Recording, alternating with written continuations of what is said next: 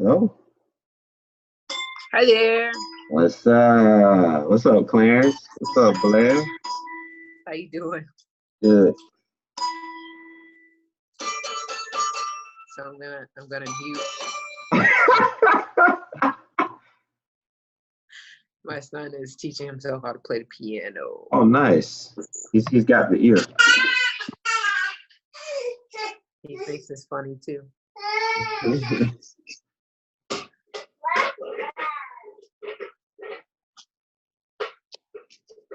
So I can say this really quickly before we get started, Randy. You didn't have to.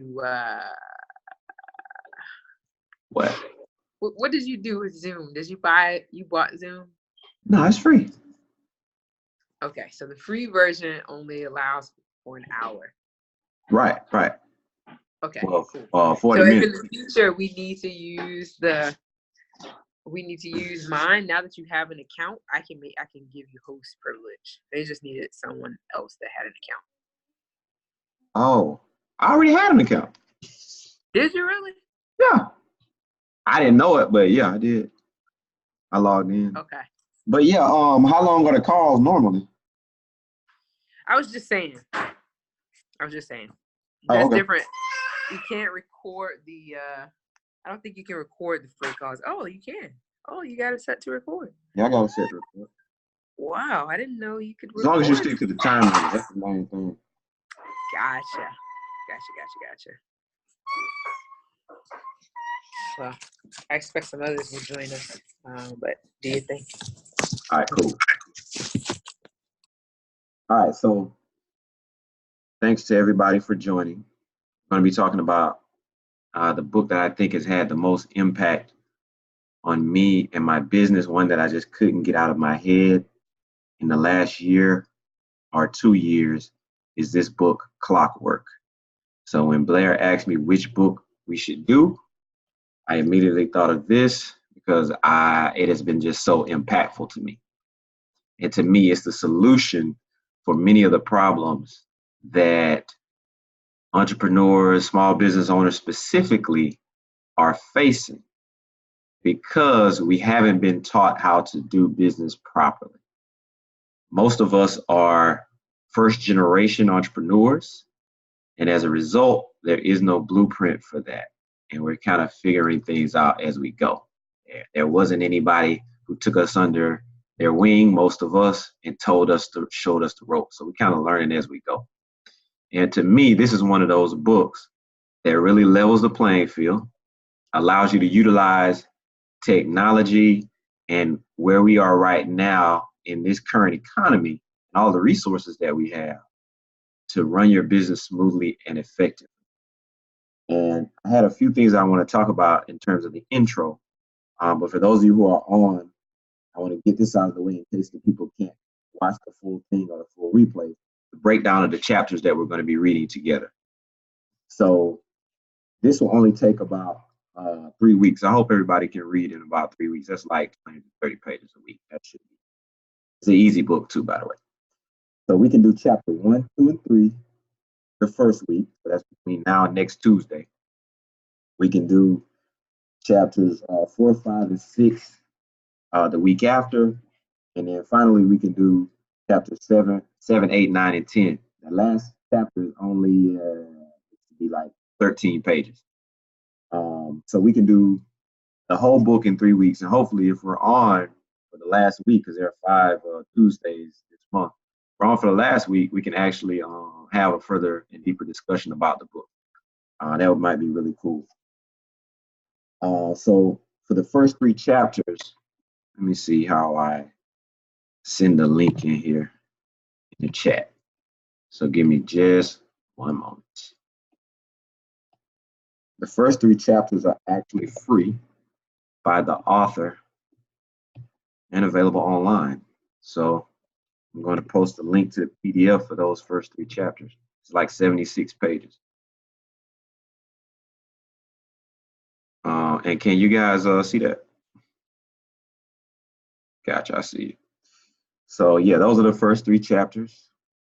I am an Audible guy, so I listen to my books mostly. What about you, Clarence? Thumbs up for Audible or you paper? I can do both formats. I do like to read a lot of paperback books, Yeah, but I also take advantage. I got plenty of audio books if I'm driving, so I kind yeah, of do yeah, both formats. yeah. Me too. It depends on the book. I definitely prefer Audible because it gets me through. But something like this is good in paperback as well because it has a lot of actionable steps in there where you can actually you will want to write stuff down and implement. So that'll be pretty cool. But I wanted to go over some information about small businesses as it pertains to creating a business that runs itself. Now, for some of us who are like halfway old school entrepreneurs, you're familiar with the term with the book The E Myth, right? So the E Myth generally states is a book by Gerber. What's his first name? Anyway, last name Gerber. And he basically threw out this radical concept. That's it. He threw out this radical concept that says you're not an entrepreneur. A lot of people who have businesses think they're an entrepreneur. Well, really, you're not. For example, if you are a doctor in a doctor's office, you have your own practice, not an entrepreneur, you're more of a professional. I want to say just because I don't want to minimize it. But if you stop working, your business stops. So you're a highly paid professional. And there's nothing wrong with that. But at least we should understand which category we're in. And the way that we build a business that lives past ourselves, that it can run and can transcend generations, is we got to be able to have a business that operates when we are not around. And that's the most important thing. And for us, meaning Black people, generational wealth is super, super important. And we want to be able to either pass these businesses down, even if you can't pass it down, say you don't have any kids or anybody you want to pass it to. Let's say you at least want to sell it for a profit and do something with the proceeds from that business. This book will position you to do both of those things.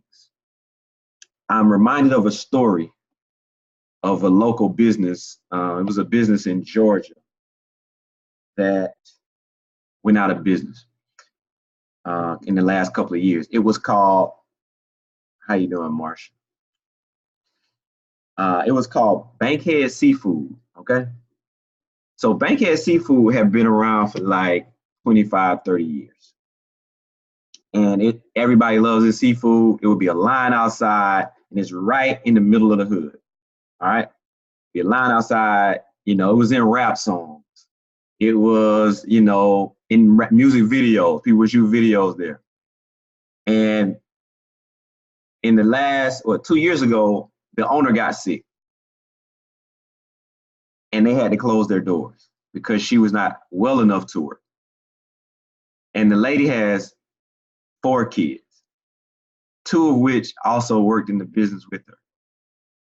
And to me, this was a gigantic tragedy because a business that survives for 25, 30 years should at least be able to leave something for the next generation.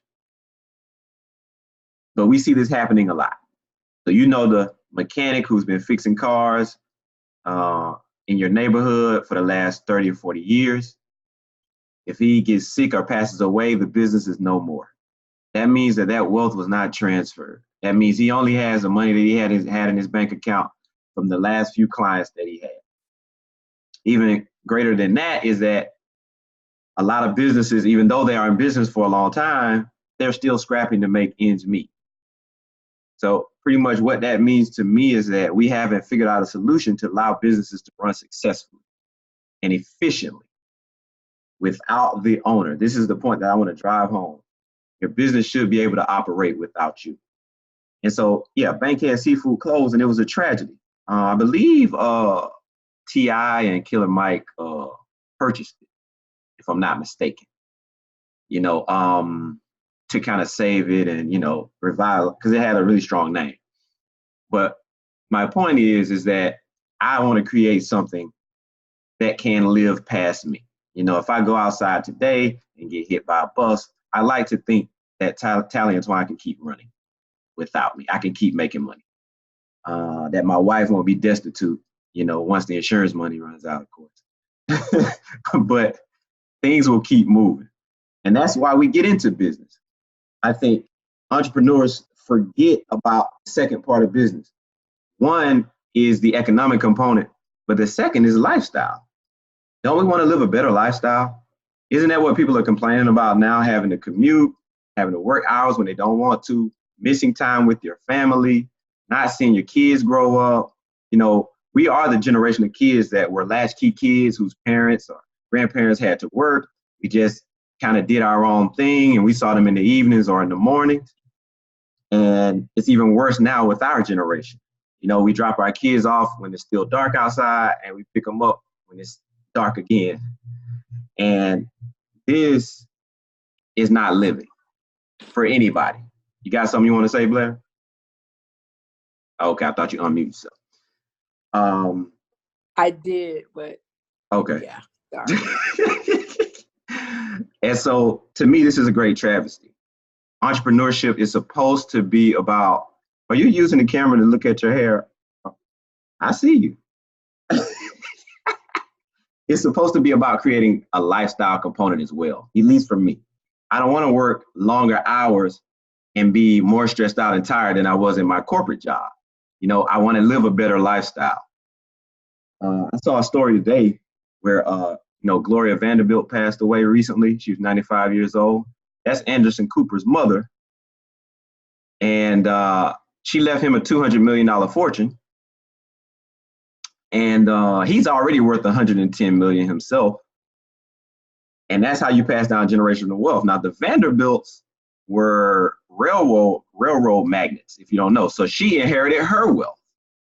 So you got 100 years worth of money still circulating, still having influence. Gloria Vanderbilt also had her own genes. To this day, my mother-in-law swears by those Gloria Vanderbilt genes. So that's how you pass down generational wealth. You know, do you think Gloria Vanderbilt was the CEO of Gloria Vanderbilt Jeans? No, she wasn't. She was at home.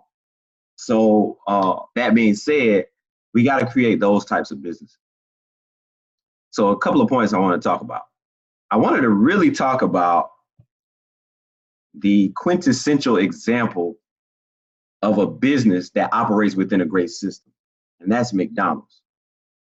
And so no matter where you go, every McDonald's is the same. Now, it's also universally accepted that McDonald's has horrible customer service, whichever one you attend, right? Everyone you go to, they always got bad customer service too. But I'm impressed by it because it's a restaurant that makes billions of dollars a year, and it's run by teenagers. Even the highest manager probably has only a high school education, and that's no insult. That's just not a requirement for them that you have a college degree. They prefer somebody who has worked in the business and worked their way up. That being said, these are the types of businesses that we need to create. You need to create a business system that's so efficient, you can bring in a group of teenagers, and in 2 weeks, they'll know how to run. And I see it all the time with franchises. They do it very effectively. Wingstop. I went to Wingstop in Norfolk. There was one guy in there during lunchtime running the whole restaurant, taking the order and cooking the food and giving the food out after it was cooked, right? One guy, another billion-dollar franchise. So this is the mindset that we have to have. I don't think Wingstop is Black owned. They have a lot of Black franchisees, namely Rick Ross. I think he's doing a lot to promote Black ownership within the franchise. That being said, has anyone here seen The Founder, the movie about McDonald's? Raise your hand at me if you've seen it. Just wave your hand. Nobody's seen it. Okay, cool. So I read about it. I knew about the story ahead of time before I saw the movie, but the story is fascinating to me because McDonald's was owned by Ray Kroc. We know that, right? His last name is not McDonald's. All right. the Kroc Center, all of that stuff. Ray Kroc started off as a 40-something-year-old, may have been 50-year-old milkshake machine salesperson. All right. So he's selling these milkshake machines, but he had this one client who would keep ordering milkshake machines over and over. Now, at the time, this thing was super expensive, but they used theirs so much that they kept ordering multiple ones every month. All right.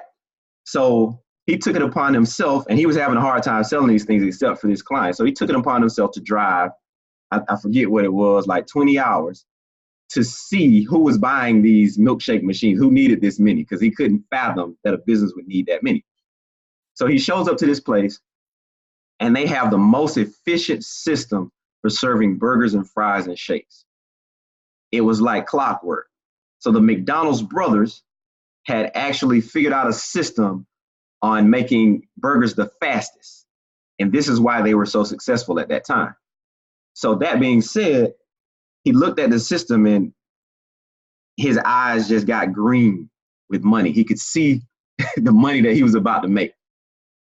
Now, the McDonald's brothers may have been a little bit naive, but Ray was the salesperson. They had no dreams on expanding. They just wanted to have that one restaurant. So he came and sold them on the idea of expanding. They gave him exclusive rights, I believe, to open up other McDonald's in other locations using that system. And he just created a killer deal for himself, right? So he expanded McDonald's. It got to the point where it really got to a legal battle between Ray Kroc and the McDonald's brothers. And eventually he purchased them and bought the entire stake in the company. And that's how Ray Kroc became the owner of McDonald's. And we don't know anything about the McDonald's brothers, even though it bears their name. That being said, there's two things that happen there. One, you have a set of business owners who are not savvy enough to maintain their business. That happens when you're a first generation business owner. You don't really know the ropes like that. They didn't really know what they had. And you have somebody else, too. You have a system that still lives on today, even though the founder has passed away, and it's one of the best systems in the world. And I don't mean just the United States, the entire world. Like, there are McDonald's everywhere. And they're still leading in terms of systems because they have fully automated restaurants as well, you know. And that's something that most other fast food restaurants are not doing. So McDonald's is the perfect example of automation. Now, Blair asked me to share how I use automation in my business. So honestly, I wouldn't be able to be successful with Tally and Twine if I didn't have automation. And so we have a total of 3 employees right now. I automate almost everything I can because I know myself as an entrepreneur. I don't want to remember 100 things. I automate my bills. I automate everything. I don't want to forget anything. If you've ever missed a payment on anything, like when you had the money, that's like the worst feeling in the world.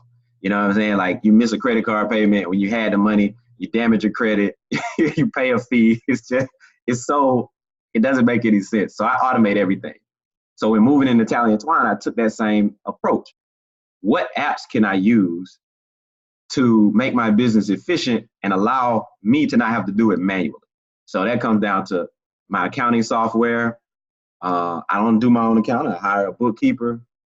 I got a CPA. I don't want to do my own taxes.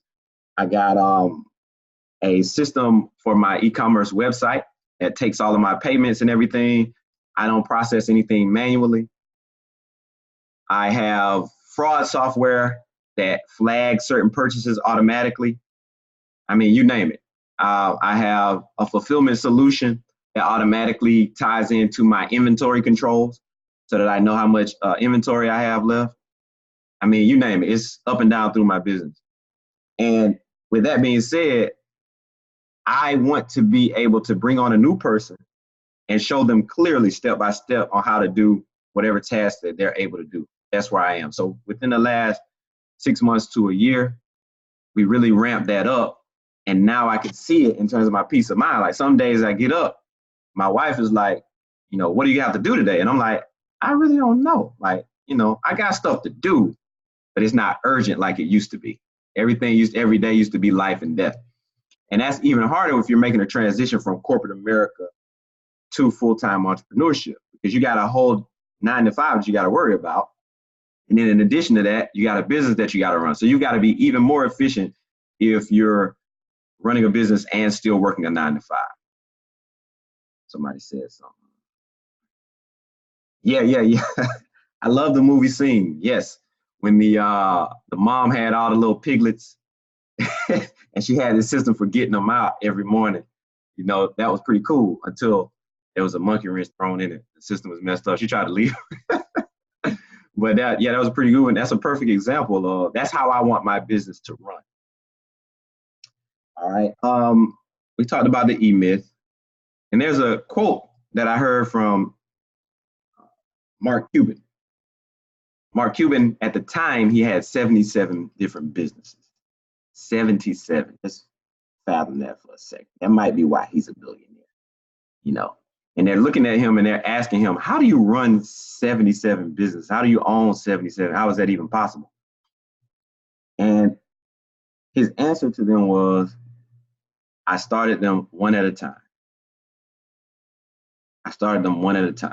So when you're thinking about automation, the system works if you work it, meaning you've set up this one process and then you move to the next. You set up this one process, you move to the next. It's like a spinning top. You just focus on setting it up to spin by itself, and then you can move on to other things like starting another business, enjoying your life, spending time with your family, whatever it is. So let's take a look at, I want to hear from some of the people on the call, actually. I don't know if you guys normally do this, but we got about 10 minutes. I want to hear from some of the people on the call, and then we're going to assign the chapters again. And then we'll see you guys next Tuesday at 7. So what are some of the business challenges that you hope to get help with from reading the book? Let me know if you want to speak on that. From reading Clockwork, what are some of the things that you are hoping to get help with? Anybody want to speak? Blair? I'll start just to break the ice. Yeah. So without knowing any of this stuff, I knew when starting Black Brand, the first thing we needed was Infusionsoft. It was crazy. We built the form, you know, it leads to the back end, payment processing, emails are automated. And so just this week, I've been working on a bot for our website. He's not going to let this be possible. Come here. Can I talk for just a second? Yeah, so that customer service function on your website, which will go to me or to Marcia that's on the call during business hours, and that will be responded to by whatever those stock responses. Otherwise, I want to find out what other tools there are. I know there's got to be way more than what I'm doing right now. Like I feel like I work 12 hours a day. And I know that doesn't have to be the case. So I'm excited to see what else is out there. Okay. Anybody else? What are you hoping to learn from reading this book, Clockwork? Build a business that runs itself. Just to kind of build on what Blair said, I really just want to see what things that I don't know, because, you know, the saying goes, you don't know what you don't know. So right now I have a good amount of automation, you know, in my business. We have automatic payments, automated emails. I would like to be able to keep up with my customers more personally over a longer period of time.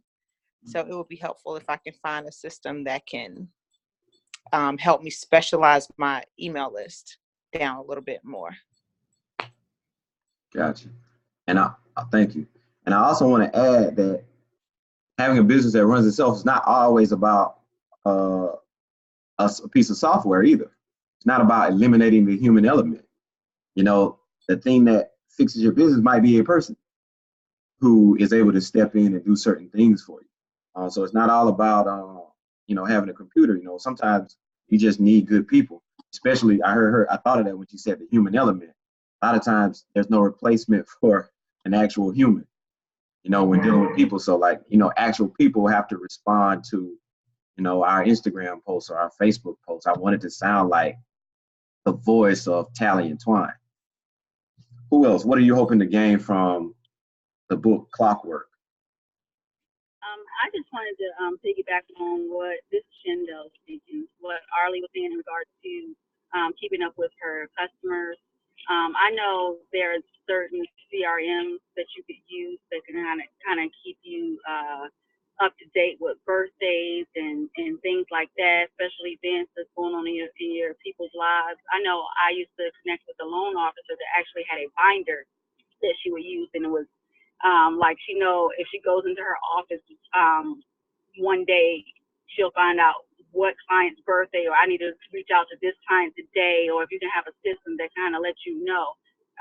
You mentioned, Randy, you used to go into the office and be like, okay, what do I need to do today? But if you had a system in place that kind of things let you know, okay, follow up with this client today because it's been 6 months. They said they'll be ready to do this at this time. Do you know what I mean? Yeah. Something like that in place. Yeah. And I know that's helped me. Yeah, most definitely. Most definitely. I hear that a lot because that's the second time that somebody said that. You know, that human element is so important, and even in the digital age, is like, you know, that's how you stand out now. Having that personal touch, you know, having a little something extra where people don't feel like, you know, they're talking to a brick wall. Because I realized a long time ago, customer service is dead, you know, and people are very unfeeling when it comes to business. It's kind of like, you know, I just want your money, and that's it. And it's always a take mentality. So the companies that are not trying to take from us are the ones that are standing out the most. You know, that it's like, you know, Chick-fil-A is how may I serve you? You know, I saw a article yesterday that a guy jumped out the window to save a kid that was choking. He jumped through the drive-through window at Chick-fil-A. So that's the kind of thing that customers are looking for and that they don't forget. Who else wants to speak about what it is that you hope to learn from the book Clockwork, having a business that runs itself? If nobody else is going to say anything, I want to say, go ahead. Okay, so one more thing. You know, I'm like a one-man show right now. So if I wanted to go on vacation and if someone gets sick, I have a mother that's terminally ill, I need to be able to know that my business is going to continue to go when I'm not there, when I'm not around. So. Most definitely. Most definitely. And that's what we talked about at the beginning of the call. And the good thing about this book, if you look to the last chapter is actually called The 4-Week Vacation. It is a ultimate test to see if your business can run itself. Is after you've implemented the things in the book, it challenges you to go and take a 4-week vacation, don't contact the office at all, and see how things turn out. Most of the entrepreneurs that he's interviewed have done, like, you know, a week at a time. Like, let me try to take a week first and then 2 weeks before they, you know, take the full 4 week. But that's the ultimate goal and test to see if the business is fully automated and if it can run itself, is by taking that 4-week vacation. So that's the finish line that we're headed to in terms of reading this book, to see, you know, ultimately, what does it look like to have a business where you don't have to work 12 hours a day? Like, just imagine that. There's also the mental component to this that I think is going to be huge for most of us to get around, because this is counterintuitive to everything that we've talked about in terms of what it means to be an entrepreneur. They tell you you're going to work harder for yourself than you work for others than you did on your job. They tell you you're going to have sleepless nights where you don't sleep. They tell you that you're going to work 12-hour days, like Blair said, and there's no end in sight. And that simply doesn't have to be true. That's only true for businesses who are Okay, they removed the time limit. That's only true for businesses that are not running like they should be. All right. We want that time with our family, like Ms. Jackson said. We want that time to be able to take a vacation. Like, can you even leave? Some people are chained to your business, and your business can become a ball and chain in that regard. And so that's the ultimate goal. There was something that I wanted to speak about. Oh, yes. So the mental component. Can you move your ego out of the way, or will you feel slighted if your business actually doesn't need you? Can somebody speak to that? Because I think because of everything that we've been taught, we want to feel important. And so many of us like to brag about how hard we're working and how long our days are. Would that be a challenge for you as an entrepreneur, as a business owner, if your business actually didn't need you? Who wants to speak to that?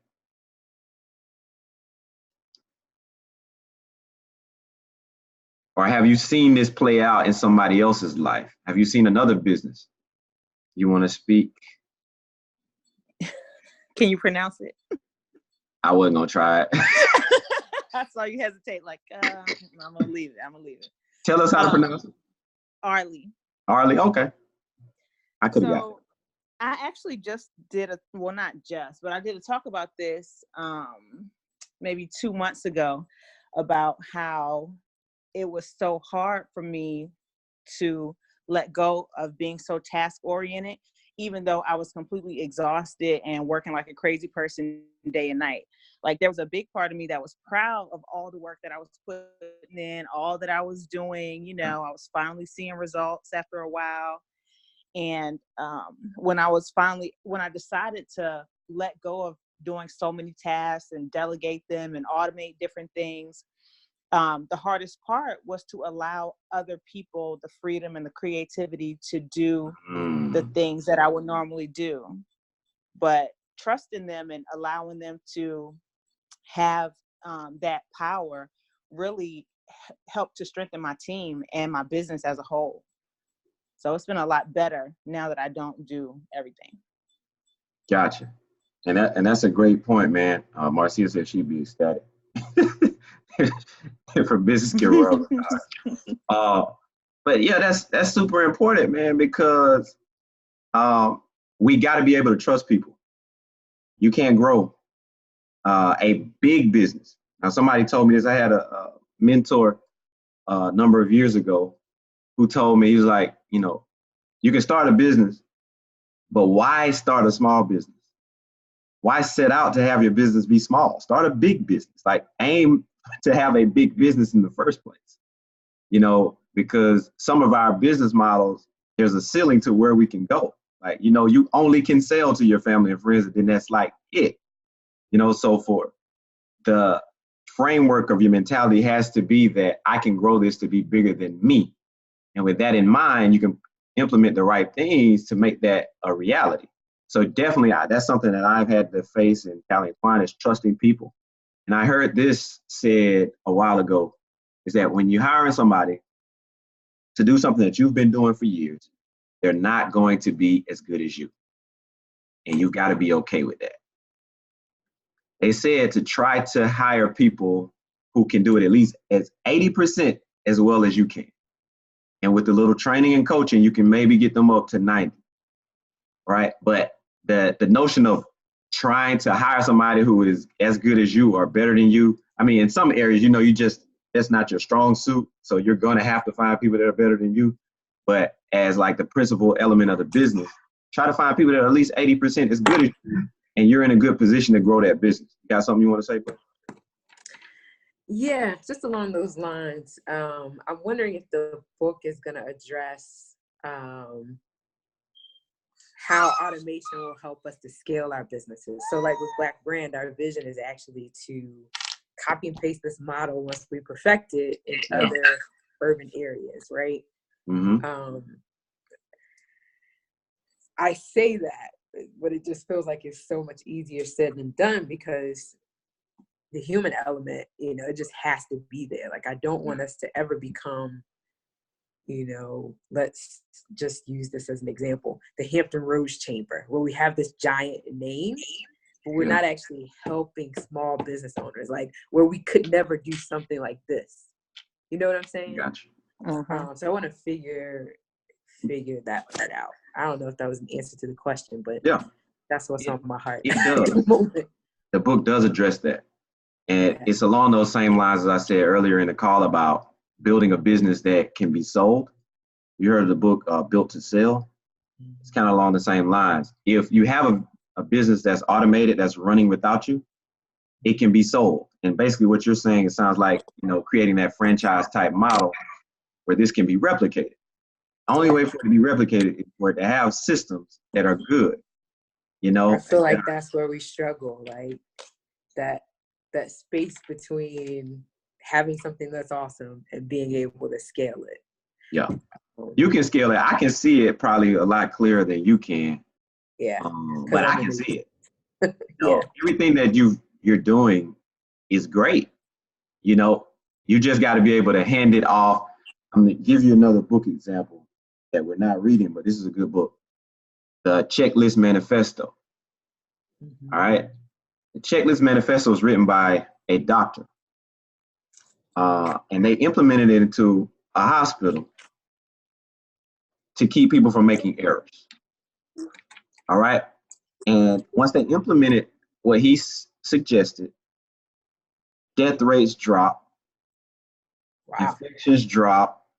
All of a sudden, a struggling hospital became one of the premier hospitals in the area, all because of just simple checklists.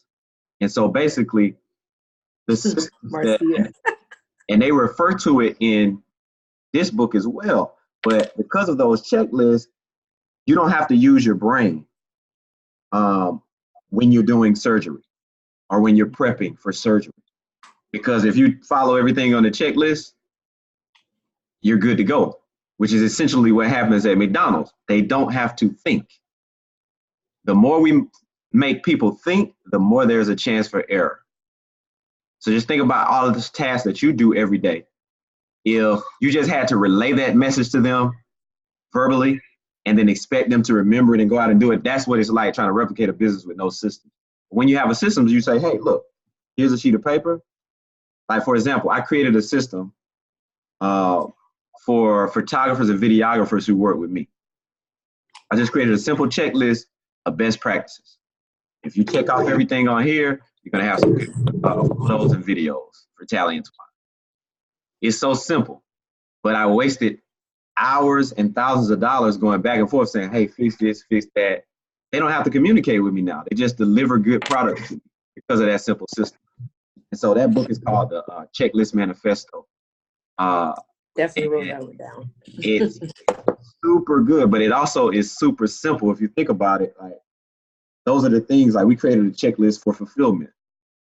Whereas these are the steps that you have to follow to get an order shipped out from Tally and Twine. And all they have to do is just look at it. And sometimes it's that simple. And I can see that happening. So say, for example, if you wanted to create a checklist for the person next week who's doing the book club, here's a checklist. Do this. You're doing a book club? Let me send you this PDF. Let me know if you have any questions. It's done.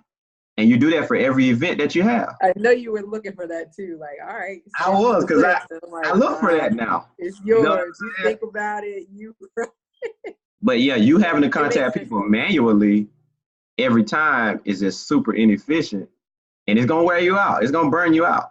And that's what I learned in my first 2 years of doing business when I was doing my 9 to 5 and doing Tally and Twine. I was burned out, man. And I was like, this can't continue to go on like this because there's no end in sight. It doesn't end well for me. You know, it's just like you're one moment away from disaster when you're running like that. So that's super important. So the business does address that because it prepares a business for sale. If you see like people that go on Shark Tank, right? Some of the businesses are good, but some of them are not there yet because they don't have, if it's not run efficiently enough to be able to allow somebody to step in and to grow it. You know, you'll hear them say stuff like, it's not there yet. At the same token, you see businesses that are selling for tens of millions of dollars, and that's only because the company can look at that and say, hey, we can grow that business because we know exactly how it runs. We know how much revenue they're making. We know what we can bring to the table. Anybody else? What do you hope to gain from reading this book? What are your personal, hang-ups about your business not needing you? Anybody want to speak on that? I can speak to that. Yeah. One of the things, I've been telling several of my friends that I get exhausted in my business, that it has to rely on me.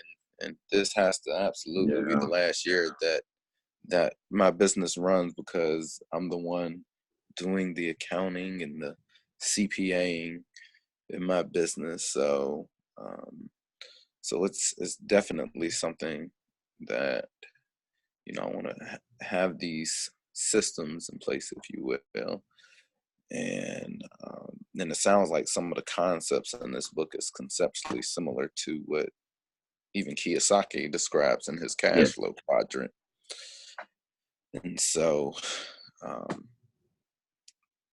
being able to move from, hey, I started it, I got it up and running, now let me get another manager that can manage the process so I can go ahead and focus on starting the next business, similar to what you kind of mentioned to what Mark Cuban did. Yeah. I like that, man. And you look tired now. So I know what you're saying is 100% true. Yeah. A good example in your field is, a company that I use that I'm about to fire them right now. Bookkeeper 360. You ever heard of them? Bookkeeper 360, man. I looked this company up. I've been using them for a while, like a year. And they just started falling off because they're too freaking busy. So they're not doing my books because they got so many clients, right? I looked this company up. The founder can't be any more than 30 years old. He's probably like 25.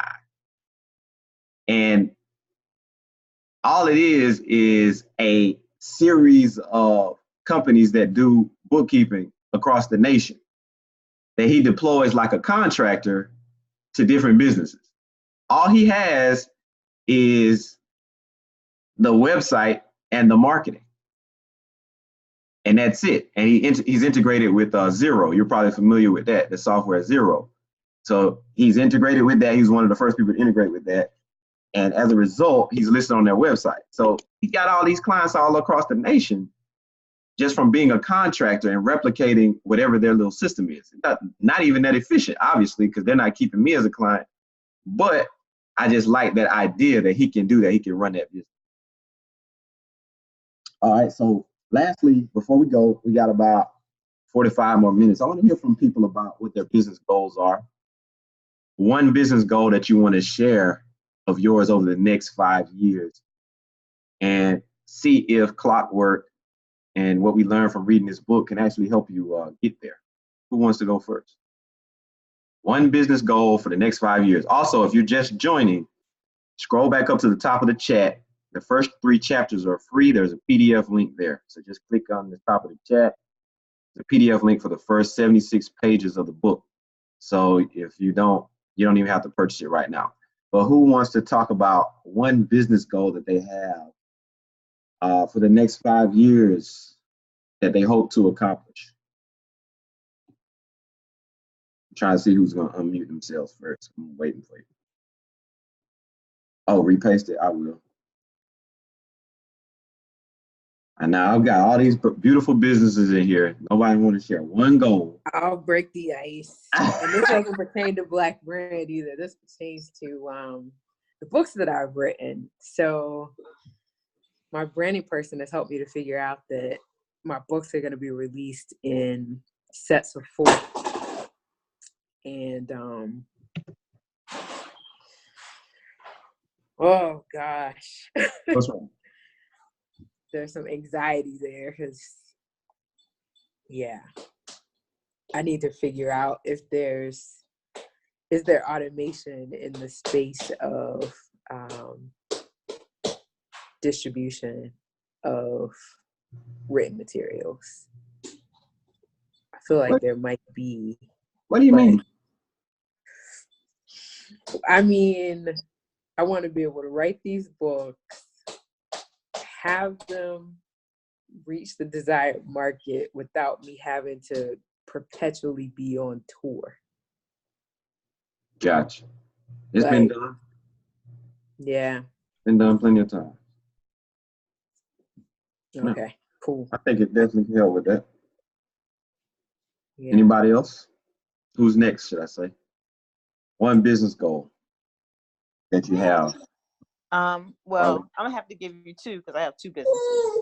Let's go. So for Peak of Joy, I would love to franchise Peak of Joy and have them all throughout the country, on the East Coast, the West Coast, the Midwest, the South. And for Heart to Heart, I would love to have, I don't want any more big schools unless this book changes my life and I can figure out how to really truly automate my whole entire school, which of course it can be done. There are many other schools that have, but for where I'm at right now, I am not in a position to manage another school, but I would like to have CPR, smaller CPR companies, because that's a big part of my business is the CPR training that we do, because those are easily automated. Like how you were saying, how, you can just set it up and it just rolls. My CPR does that right now. So to spread out and grow different things and scale, that's the place to start instead of, my school that has, 11 programs and, all these moving parts. Okay. I definitely think the book will be able to help you with that, by the way. I'm excited. And I think a lot of times we think, I'm sorry, go ahead. I was just saying, I'm excited. I'm looking forward to reading it.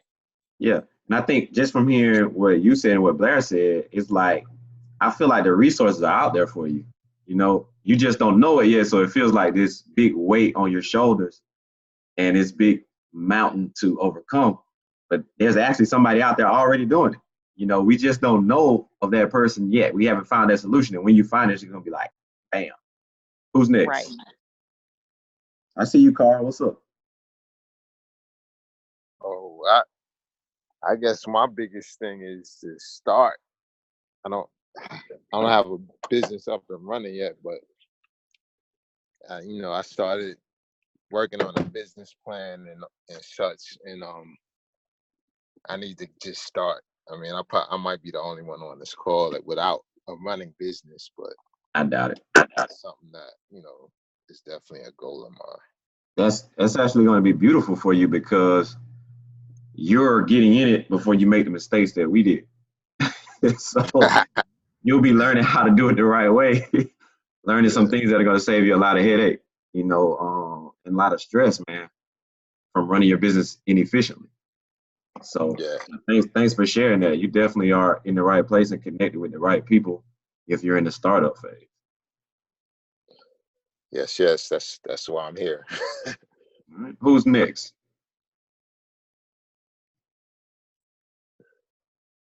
Okay, Miss Jackson. You gotta address Patterson. Goal. He put it in the chat, but I think. Say it again. Oh, what happened? What'd you say? Oh, Clarence says number one business goal is to become most known CPA in America. Speak at the moment, but I know that goal is tied into his album sales, his book sales, and everything else that he wants to do. Nice. I like that. And last thing I want to touch on, since nobody else wants to share before we end this, is a term I didn't speak about, but I meant to. And they talk about it a lot in this book, entrepreneurial poverty. Have you ever heard of that term, entrepreneurial poverty? That's basically saying that there's this group of people, the majority of small business owners who are out here running businesses. We're looking up to them. They're staying in business for 15, 20 years, but they're struggling the entire time. And that is not the type of business that we want. We want to figure out how to do it the right way so that we eliminate entrepreneurial poverty. because it's a travesty for a business to be in business for 10, 15 years and not be making a profit. It's a travesty for a business to serve a community for that long and not have anything for the owner or the owner's family to show for it once they stop doing that business. And that's essentially what we create when we create a one-person business that's controlled only by you and can only be run by you. So with that being said, with the goal of eliminating entrepreneurial poverty and learning how to do business the right way, we're going to read this book, Clockwork. Contact me on social media if anybody has any questions. Randy Williams on Facebook, CEO Randy everywhere else. I'll drop that right here. And unless anyone has any questions, we'll go ahead and adjourn until next Tuesday. Read the first 3 chapters that I've already provided for free. And I'll see you guys next week, Tuesday at 7. That was great. See you next week. Thank you, guys. Bye. Yay. Thank you. So I'm sorry. Hello. Yes. Hey, I'm sorry. This is Shendell. I apologize. I was in the middle of something, so I missed the beginning of the call. And even I never got the book. So where would be the perfect place for me to purchase so I can catch up? Can you see chat? The chat on the side? Okay, yes. The first 3 chapters are there for free. It's a PDF if you want that. Okay. It's available everywhere else, though. It's on Amazon and my personal favorite, Audible, because I like audiobooks. Okay. But if you want right, to, get a jump start on it, those first 3 chapters there, and that's what we're going to be covering for next. Okay, fine. Okay, thank you. I appreciate that. Yeah, Shandell, you need this book, girl. You working now, girl? I know. So for real, I think one of my biggest issues is multitasking. I need a clone. Yeah. I need a clone. Honestly, that's what it's about. That's what it's about. Cloning yourself, man, so your business can grow, without you. That's what we're trying to do. So. Yeah, so that's it. So this book is perfect for me. So I'll definitely be checking it out, the free version as well as what do you say your favorite, your personal favorite as well? I like to do audiobooks, so I like to listen to my books. So I have a subscription to audible.com. And I just put it in chat for you, but that's what I use because I can do it while I'm, driving. I can be listening to music. Listening to a book as opposed to listening to music. So okay. I get through like 2 or 3 books a month like that. Okay. Well, thank you. Yeah, I'll definitely be doing that. So I appreciate it. All right. Look forward to our call next Tuesday. I'll make sure I have it on my calendar. So that's that right. I'm not just jumping in the middle. I apologize for that. Hey, no problem, man. That's what it's all about. We'll see you next week. All right. I'll see you next week. Thank you. Bye, guys. All right. Bye.